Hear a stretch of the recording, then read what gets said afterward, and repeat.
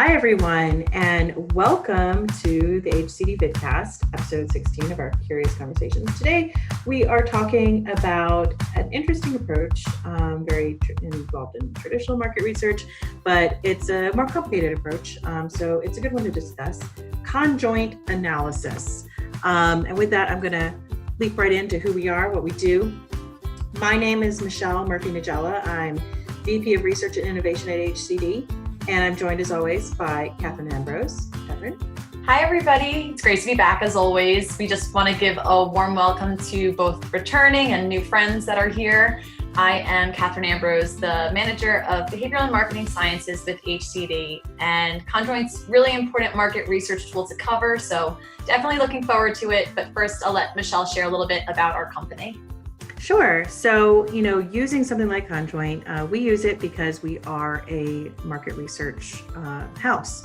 HCD looks at consumer behavior and consumers perceiving, evaluating, responding to stimuli across all sorts of verticals, from product development all the way through the end stages of marketing and communication. We also use a variety of different tools, from psychological tools to traditional market research tools and behavioral science tools. Our tools can be used anywhere in the world, either online or in person, and we have done that, as you can see here in the map. But today we're going to talk about Conjoint, which is a traditional tool, but it's more of the, advanced as far as, traditional market research tools go, right? Right, exactly. So hopping right into it, conjoint analysis, what exactly is it? It's really useful when you're trying to determine how consumers will react to new products, maybe entering a competitive market space or even changing an existing product. Conjoint, it's also referred to as this idea of being a discrete choice analysis, because the decisions that are used and the questions that are asked in conjoint analysis happen all the time in everyday life. So when we go shopping and we look at two or more different products, you're bound to see certain things that you like more than others for each product. And the reasoning that you have for choosing one over the other is essentially what is that analysis within conjoint. And it really helps to learn how to best appeal to consumers. Sure. So I think, when stepping back to think about it, it's a very similar tool to MaxDiff, which we talked about in a previous vidcast. And so it is kind of taking a step back to look at how people make their decisions, right? So how they weigh different aspects of a product when they're, say, deciding to buy it or deciding that they like it or whatever it is that you've posed to them.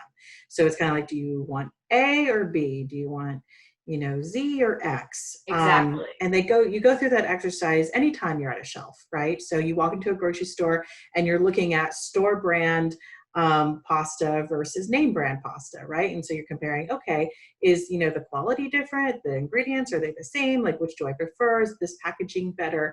Does the color of the product look different? What's the price difference? And you weigh, like, okay, is it that I trust this brand more that's more important? Or is it that I want the price that's, more attractive, right? So we go through all those things in our mind with everything that we do. And conjoint is a way of breaking down that process to really weigh out, all these little micro decisions within our final decision, right?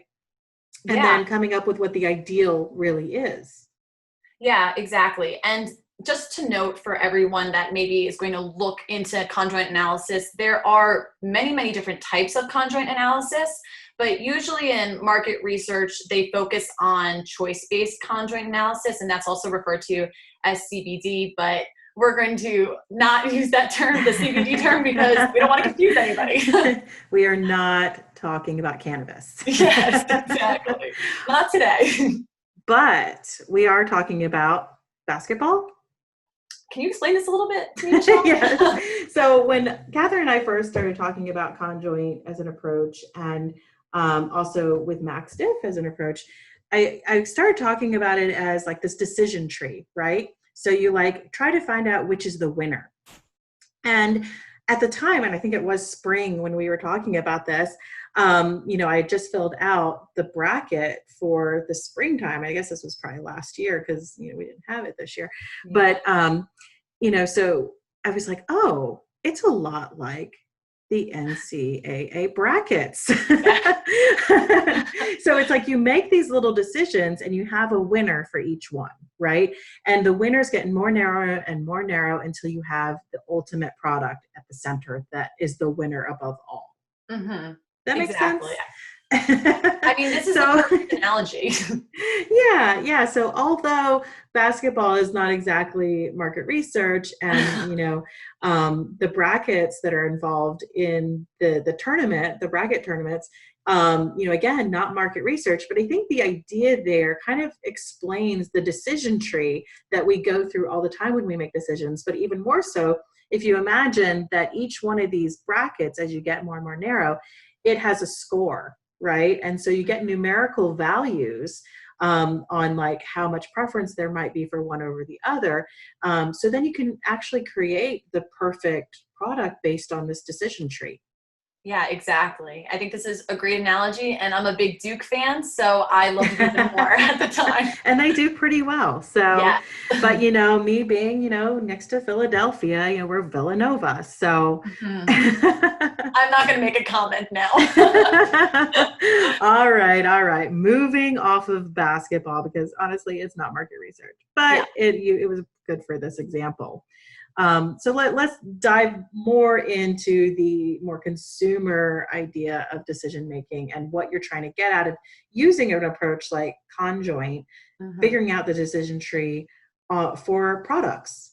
Yeah, so it's important to keep that analogy in mind while we go through this, because there are definitely two sides of the coin here. There's the buyers that obviously want the best price for their product, that would be most optimally taking care of their needs and their wants. And you really want that, your needs and your wants met at the lowest price. That's kind of the goal for a lot of consumers, while there's also the sellers then who are on the other hand, and they really want the price then as high as possible for the cheapest amount of overhead, to maximize that profit. So when you're considering the landscape, it's really necessary to think about these things when you're trying to find that middle ground to get that fair, competitive price. And Conjoint's really useful for predicting how products will perform, having, like you mentioned, those certain features that you might want to include or highlight, specifically for certain demographics that are going to be focused on.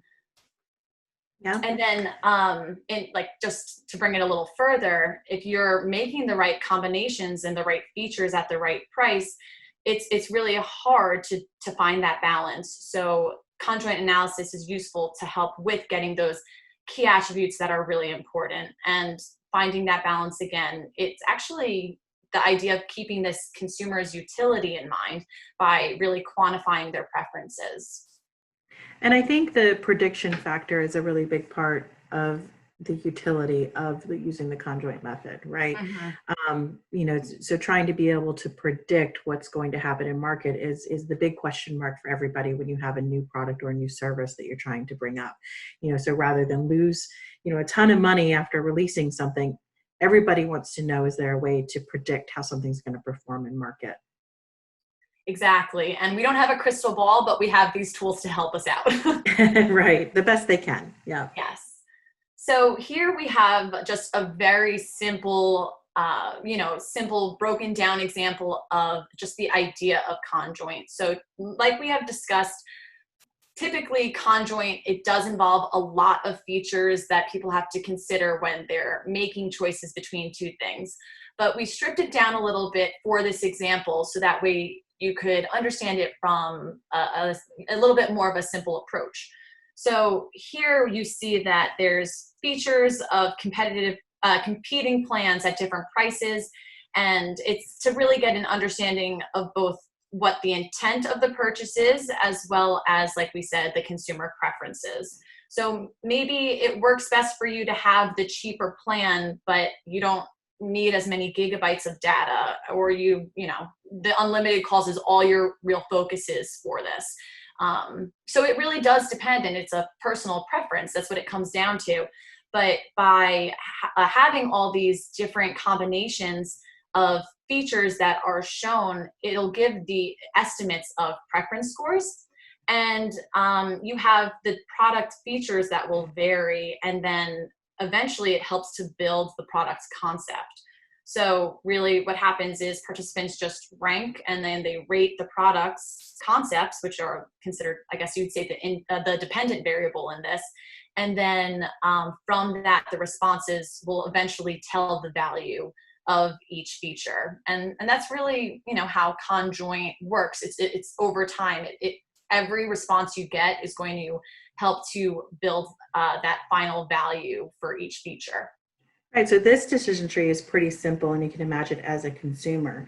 Now, if you were the self-service provider and you were trying to come up with plans, then you would have a lot more information here. You might have a lot of different price points, a lot of different options for the amount of data, maybe some phone options and a bunch of other services that might be included. So you might be able to use something like a conjoint approach to figure out what the ideal plan A should be, the cheaper endpoint, as well as what plan B should look like based on the research you do with doing conjoint analysis, right? Mm-hmm. So you can find the ideal cheaper version and the ideal data version, right?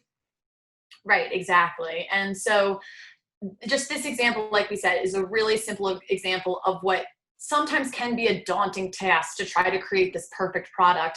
And it helps to break it down a little bit easier so that you can have that really solidified reasoning behind why you went with the decision you chose to. Mm-hmm. Yeah, so then let's think about this, what can you do? So you decide to apply conjoint analysis to your product or your pricing or whatever it might be. What are some things that conjoint can provide? Right. So like we mentioned here, there's features that should be included in certain new releases or maybe there's new changes in the world. When we were putting this together, clearly toilet paper is really it is a sore spot and has been a sore spot for some people about what they're willing to pay and what they're willing to sacrifice to have toilet paper.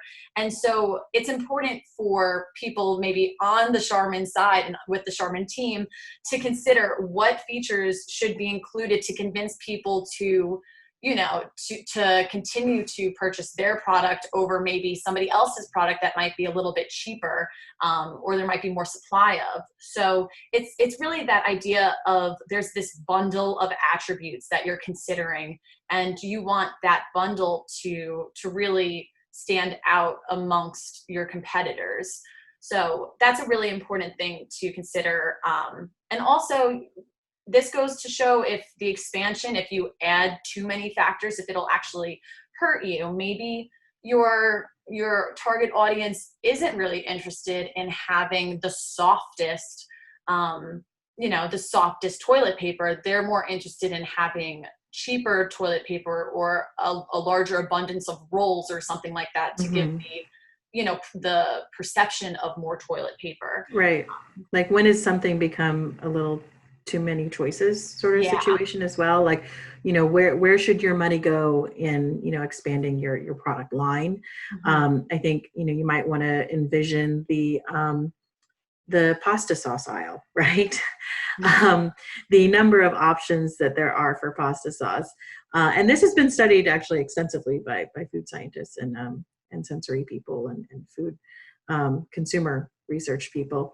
But at some point there is, too many choices. But there's also the flip side that you might be able to sell more if you offer more choices. But obviously there's a delicate balance between the two. Right. So you really want to find that delicate balance.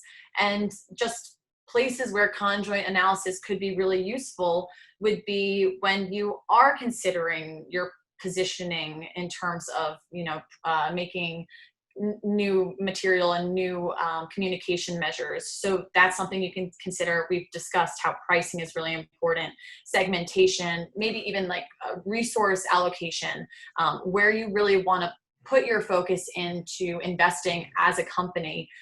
Would it be more useful in the product developments? Like, where in the product development space would it be best to kind of explore further and make sure you're really hitting the mark for the consumers?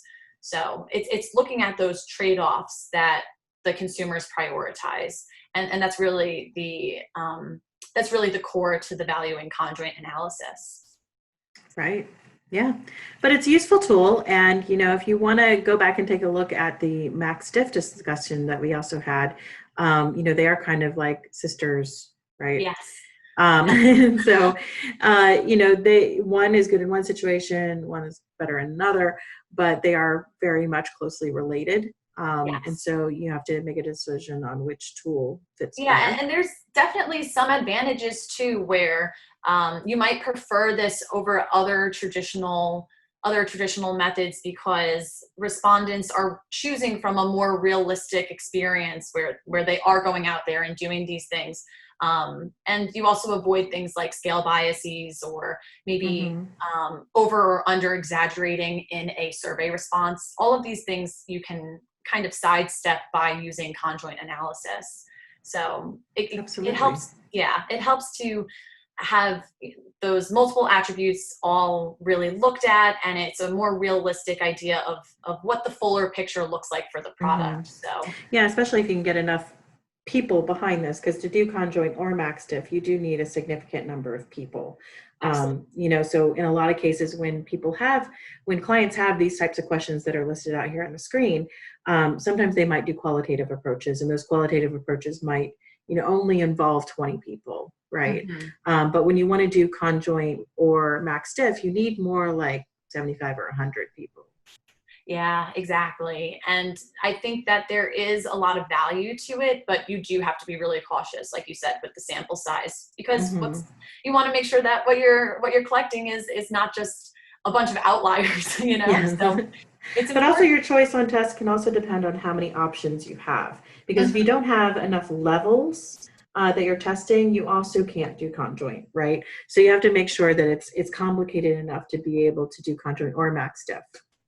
Right, exactly. And just to follow up with that, we do have the max diff, but I also believe we have a video, a vidcast about max diff and implicit, the max implicit. So true. If you can't have enough, like that is another option for you to go with that. Apparently we love talking about this. Exactly. Please. Awesome. So with that, we're going to wrap it up. But if you have any questions about, the type of work that we do or anything that we spoke about here in this session, then please feel free to reach out to us either via our emails, or you can go to the website. You can see our blog that has a lot of our write-ups on all these ideas, as well as white papers. Tweet with us, follow us on Twitter. We post all sorts of interesting things all of the time. But first and foremost, please like this video and subscribe to this channel, and link with us on LinkedIn. We want to communicate with you. Let's play. Awesome. Michelle covered all of the things, so all I have to say is until next time. Until next time. Thank you so much. Bye. Bye.